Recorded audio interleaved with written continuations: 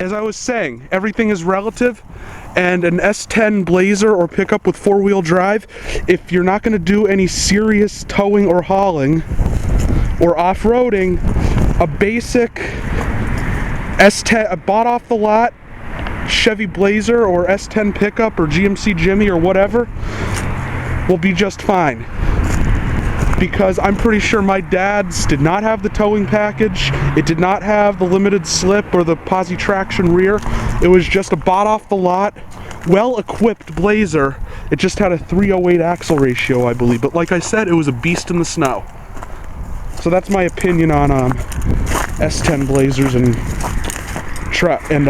pickups. And this is the truck I'd want. And the keys are actually in the ignition, and this is a 1980. Saw one of these that had 300,000 miles on the original engine and transmission. And it was a 1980. I don't know what the... Oh, they took out the radiator. Oh, that's what happened to this hood. Rusted in half. The hood was open for a very long time, and being exposed to the element rusted it clean through, and having snow piled up on it. This truck did not get in an accident. Thought it got in some kind of accident. It rusted from sitting out here with the hood open for so long. That's actually kind of funny and sad at the same time. And the reason that's all torn up is because they took out the radiator, it looks like. This truck was not in an accident. And aside from surface rust and a little bit of through-the-body rust on the bottom, this truck appears to be in remarkable condition. And the air conditioning condenser is still there. I thought that was the radiator 2 days ago. Or is that a V8? That might be a V8. I don't know what kind of engine that is. I thought that was the inline 6 before, but that... I don't know if that's a V6 or a V8. Because I think they started offering the 4.3 liter V6 in this truck in the early 80s. I think that, let's see, 1, 2, 3, that's a V6. Must be a 4.3 liter, probably about 140, 150 horsepower. Thought that was a straight 6. But yeah, this truck appears to be in decent shape, and most of it is there. And it has air conditioning.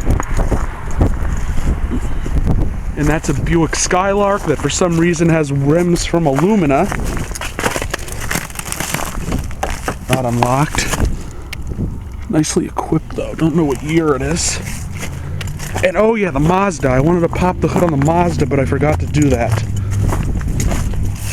That is an Impala, I believe. Alright, let's pop the hood on the Mazda. If I can find it. Yeah, this is a nice truck. It's got air conditioning. There's the hood. Somehow I don't think it's gonna pop, but it's worth a try. These are great little trucks. The 1986 to... Yeah, that ain't gonna open. Has not been registered since '99.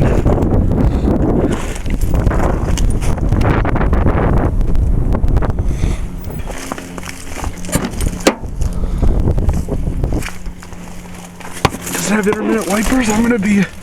Yeah, it does. It doesn't have variable speed intermittent wipers, but it does have an intermittent setting that you can set it to so it doesn't keep going and going and going. My truck does not even have a basic intermittent setting. Yeah, the hood's shut.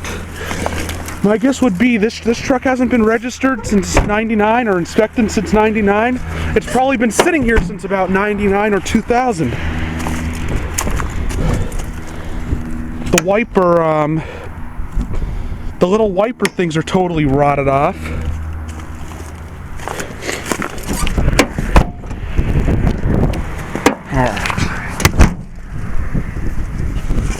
Yeah, this truck probably has not left this spot since 1999 or 2000, but these are good little trucks in my opinion. And it's especially rare to find one with air conditioning, especially the regular cabs. My dad had the LE5 B2600 4x4, and that came with air, but it's harder to find the regular cabs with air.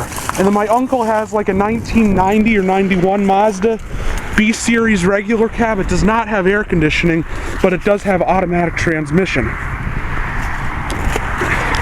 Strangely enough, it doesn't have air conditioning, and it came from Arizona. Yeah, that's a nice little truck.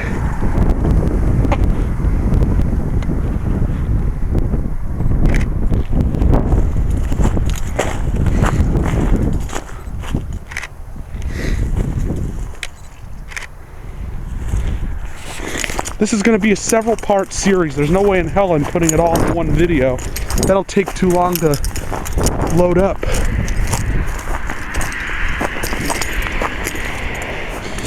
And then I read another article about the full-size Blazers, pickups, and Suburbans from 73 to 91. From 1973 until about 1979 or 1980, they had the Dana axles as standard equipment, at least in the 4x4s. The Dana 44, which is, in my opinion, one of the best axles ever made. Dana makes awesome axles.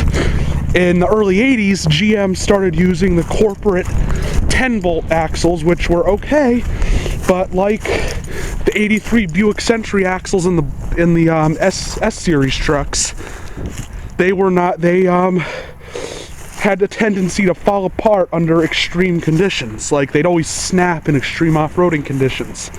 So this generation of Suburban, from like 1980 to 1991, had the corporate 10-bolt axle in the rear end.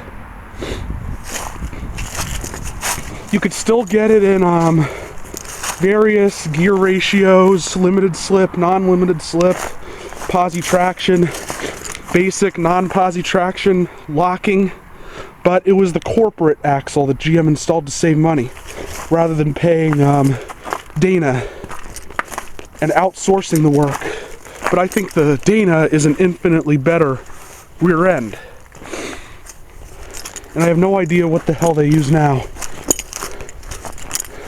Now my friend's Jeep Wrangler had a Dana in it. His 2011 Jeep Wrangler. And the guy who told me about the 83 Century axles and the Blazers and S10s said that the full-size ones were better. They had, the 4x4s had the better axles. And there's a lot of Volkswagen parts back there. Here's a Corolla. I don't think that Saturn wagon was there yesterday. There's the Dodge Dakota that is otherwise in perfect condition, but it got sideswiped and it was so old that the insurance company just wrote it off as totaled. That could probably be fixed with not too much difficulty though, if the frame isn't bent. It's unlocked? No, it's not. It's a V8. It's got an infinity stereo.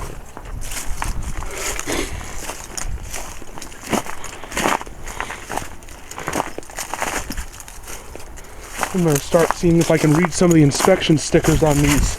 That one was last registered in 08. This 93? Is this a 93 or a 92? 1292, that would be a 93 Jeep Cherokee.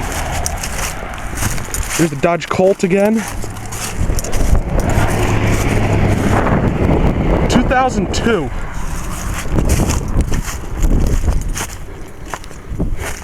(2003). And that one, more current. That one has a New Jersey registration from 2012. I am going to run out of space here. Alright, I'm going to turn it off and I'm going to start over again. This has been a Stamped Octagon production.